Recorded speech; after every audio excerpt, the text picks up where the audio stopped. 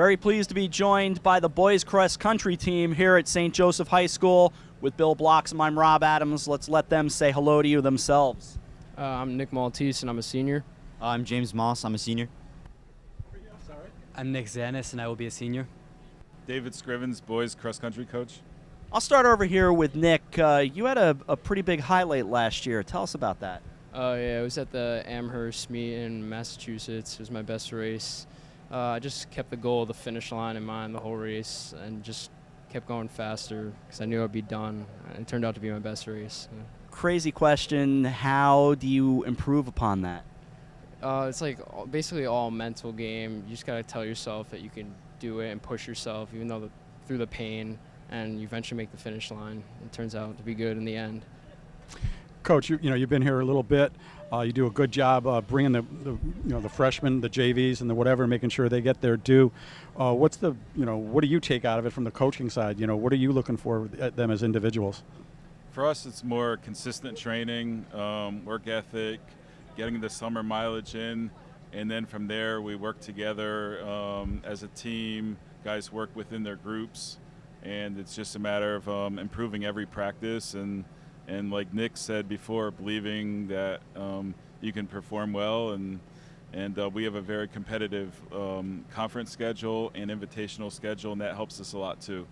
With the leadership factor coming in, what do you have to do with the younger runners to keep them on pace to what you guys have to do? Setting a good example is everything.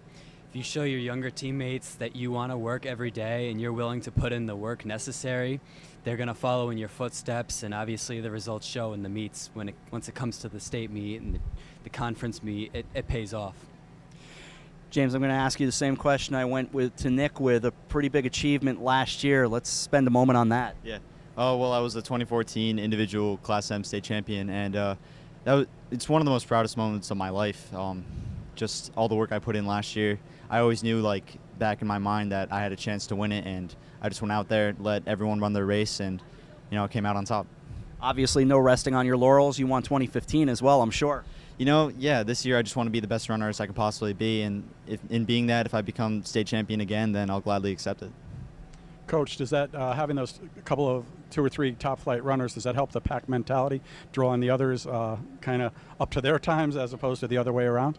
It definitely does, because it's a really good example. It's a high benchmark, and that's something for us to work off of.